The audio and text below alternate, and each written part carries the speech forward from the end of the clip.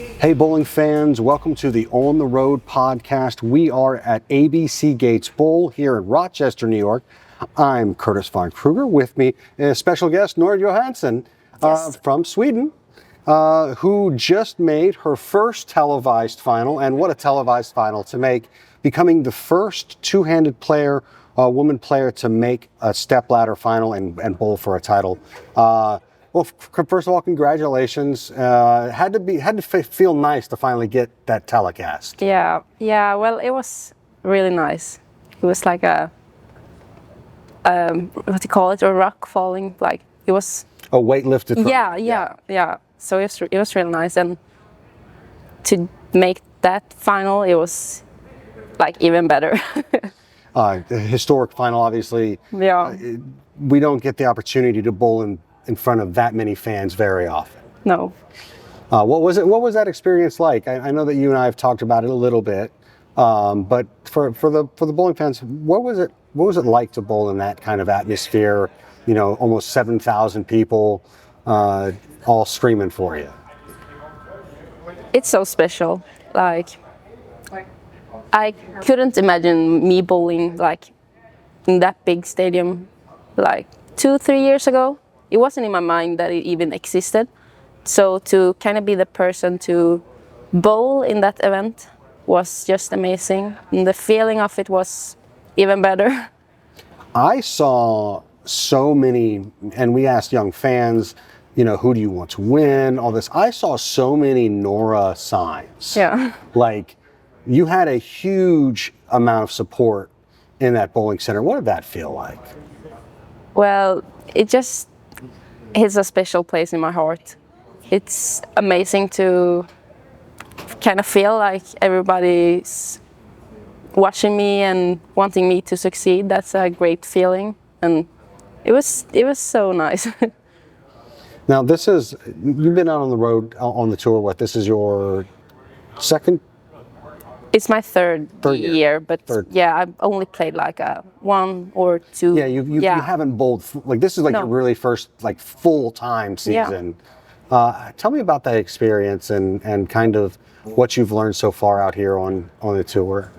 Well, it's a really hard environment to be in and to bowl in, and to always have the pressure on you to bowl good. Like if you don't make the cut, it sucks because you're gonna miss the finals. You're gonna just watch everybody else bowl when you want to bowl, and it just gets a bigger time between the next tournament. So you go from pretty much being angry and sad to just trying to reload into the next tournament, and that's really hard when it doesn't go as good as you thought it would. So it's hard, but it also is fun, because you get to compete against the best woman in the world. So that's just the best thing about it. Like, obviously there's nothing like this in Europe right now. No. So you have to come here and do this. Yeah. How hard is that? I mean, it's hard. I mean, you're a 10-hour, 9-hour plane flight away. Yep.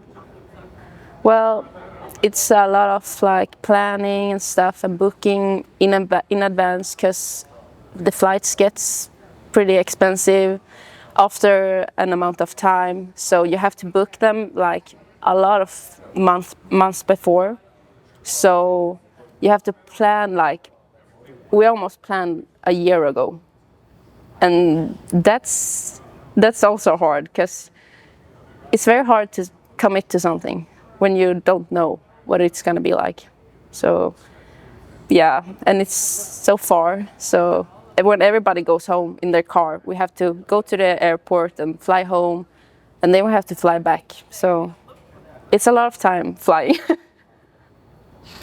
Lots of times in airport. Yeah. Lots of time in airport. Yeah. But you get the opportunity to bowl against legends. You get an opportunity to bowl against, and not only just bowl against them, but try to become one yourself, right? Like you're trying to, you're trying to do what Osku and Belmo did early for the men. You're trying to do that for the women. That's not easy. No, it's not. You have to be kind of hard, like skin to to do it, because even though it's a lot of great people that cheer on you, it's also a bad side with a lot of hate and yeah, you know. Oh, just for being two-handed. Yeah. Yeah. So that's really sad. I don't care how you throw the bowling ball. You're fun. It's fun to watch. It's entertaining. Yeah. Now let's talk about your journey to two-handed, because you kind of just were like, okay, I guess I'll do two-handed one day. Yeah. So tell me a little bit about growing up, how you started bowling, and how you ended up two-handed. Well, I'm not from a bowling family. Like none of my mother, father, like anything bowled before. So I just had a birthday party in the bowling alley. And then I was like, oh, it was kind of fun. And I signed up for the youth. It's like a youth training once a week. So every Tuesday I had like practice 1 hour. And I did that for 2 years and I couldn't really get the ball to hook one-handed. So it kind of got boring after a time, seeing other people like hook the ball. So the owner of the bowling alley said to me like, oh, you should try two-handed, because I saw a guy bowl and I tried it and he was like, oh, you should probably stay that way. So I was like, okay, well, I guess I gotta do it. So it just kind of happened that way, and it was nothing really special about it. Like somebody has a really good story about something, but mine is pretty much just me changing. No, what I think is so cool about it is that you aren't from a bowling background, right? Like I'm going to teach my daughter how to bowl two-handed. Yeah, that's good. Because like I just being from in bowling, I'm like, well, I want her to be able to hook the ball. I want to be able to play lanes in a way that, it fits the modern game. Yeah. You were just like kind of wandering without much of a guidance there for a while. And when did it start to click for you as far as two-handed was concerned? Like, oh yeah, no, this is what I want to keep. And then when did you start really knowing you were good? Well, I kind of just changed, and then I bowled like a lot. Like the owner of the bowling alley, he let me bowl for free, like every time. Sounds like, what's his name? Christer Danielsson.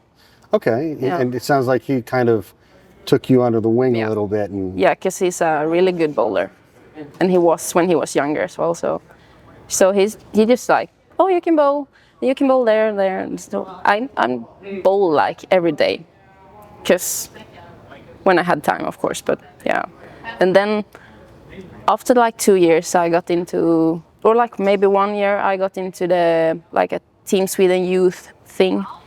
So we were in some kind of practice sessions together, and then just 2 years after, I got to compete for Team Sweden as the first player on a youth event on the girls' side. Oh wow! Yeah. So your progression was quick. So it was really quick. So I think that was good because I stuck to it. Kept you interested. Yeah, of course. It was a lot of happening. So just like roll on. We've seen just the way that two-handed games are built. You can make some very quick progressions. Yeah. But it takes. Then you hit a plateau, and you plateau hard with two-handed, and it takes a lot of work to kind of break through. Yeah. And we're starting to see you break through and really show control and touch, because that's when you know that a player's reached it. Yeah. How has that process been for you? Well, I've only just been bowling like a lot. I think it's really fun to bowl. I'm not like everybody else who hates to practice. I actually like to practice, and that's dangerous, folks. That's dangerous. I like to. When I went to like high school in Sweden, we had like this bowling program, and it was 3 years. So I went there, and then I also had a lot of friends bowling. So we were bowling like 4 or 5 times a week. So it was just like a normal like thing in the life, just to go down and bowl. And yeah, sometimes it's not fun, but if you have a bigger goal, it's fun in a way, even though it's not fun at the time. No, and it can be challenging what you're competing on, who you're competing against. Yeah. And I'm sure you just from the times I've talked with you already, you understand there's expectations on you, and you have a very high expectation of yourself. Yeah. So, I mean, that's hard to deal with. Tell me about that. Well, it's both good and bad, because it gets me going to where I want to be, but it's also hard because if it doesn't go as well, I get really mad and sad about it, and I just wished I bowled better or took more seconds on the approach. Like it could be bad in that way as well. So, but I come from a really competitive family, because both mom and dad did motorsports, and I've done gymnastics and football since I was little. So it just built into me that I need to be better every time. But it could be bad or good. Yeah, I mean, and again, it's just such a unique. There will be only one. There's only one person to be the pioneer, Yeah. right? And it kind of just happens to land on you, right? Because we have a young generation of two-handers that are coming up as well. Yeah. But you're leading that charge. What do you have to do in any tournament to kind of just learn how your style is going to play out here? Because that's what it's really all about, right? Like, you're learning how two-handed works out on the PWBA tour. Yeah. Well, at some places it's easier to bowl. Sometimes it's just the body that makes it better. Sometimes you have pain in your fingers, and that's all, like, it's a different. So it's just to bowl and to like kind of think about it afterwards, and like, what could I have done better, what did I do good, and to just try to learn, and then next time I like fall into that kind of bad situation, I have a better structure of what to do or what to bowl with or how I should like go from that. So What are your goals this season? Do you feel like you've accomplished what you set out to accomplish so far, or? I mean, I went here to win, so I'm not done yet. But I mean, there's another year coming next year, so even if it doesn't go my way these tournaments, I'm still proud of making TV once, but I wish it was more finals, because it was only that competition. We all know that everything's there. It's about gaining. I think for you, it seems like consistency. Yeah. Is kind of your key, making sure that you stay in the moment. Yeah. I just want to kind of reverse the whole tour, to just start over and see if I would have done it another way. Because I missed the first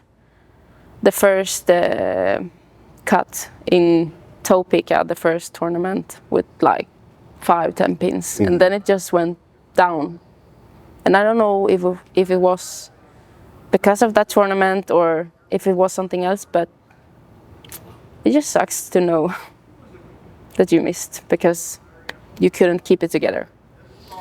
Well, but then now you are keeping it together, and you're putting together whole tournaments, and you're running it at the Anniversary Open was absolutely beautiful. And your career's just starting. Yeah. Like I think you got to give yourself a little. I'm going to be a little psychiatry here. Give yourself a little grace, because again, you're doing something nobody else has ever done. Yeah. And so you're allowed to figure it out. Yeah. What do you expect for yourself for this event? I just want to bowl good. I mean, to make the cut would be nice, but if I could feel confident about my bowling, and even if I miss the cut, it's gonna be fine. Yeah. Because the lanes weren't in my Well, you have to shut, like you have to move right, shut it down a little bit, it seemed like. Well, I feel like it's just the surface of the lanes are, High friction. yeah. So it's gonna be hard. Higher friction surfaces and closing down your ankles, two things that I'm sure that It's not the best combo for me. not the best but hey, this is where you learn stuff, right? Yeah, it is. This is where you figure out those tricks, and well, when this happens, this is what I do. So Yeah. well, we look forward to watching you navigate the lanes, and we're rooting for you. You got fans over here Yeah. at Bowl TV. You got tons of fans out there in Bowl TV land, I'll tell you that. So thanks so much for spending some time speaking with us today, and, Yeah, and thank kind of you. just chatting about your history. I'd love to learn more about you. So Yeah. and next year you're gonna be coming back with us next year, right? I hope so. We hope so too. So, all right, folks, that'll do it for us here on the On the Road podcast. Again, want to thank Nora for stopping by and being so honest and upfront with us about her career and how she's experiencing this tour. And it's just a testament to how international our tour really is. It's truly an international tour. So we're so thankful for this 10th year. Rochester happening, Rochester Open, Pepsi Open, going to be coming to you on Bowl TV. You're not going to want to miss it. Of course, we've got the Tour Championship happening. Lots on the line. Player of the Year is on the line. Rookie of the Year is on the line. All the big awards are still up for grabs, so don't want to miss that. Like and subscribe to our YouTube channel if you have not done so already. It's just a couple of clicks and helps us out tremendously. Do it, subscribe if you're a two-hander, like if you're a one-hander. All right, that's what we want to happen. So and drop a comment and to let us know who you'd like to see on the On the Road podcast. So goodbye for now. I'm Curtis Von Kruger from Nora Johansson, Caleb Smiley. Thank you guys so much for tuning in, and we'll see you later.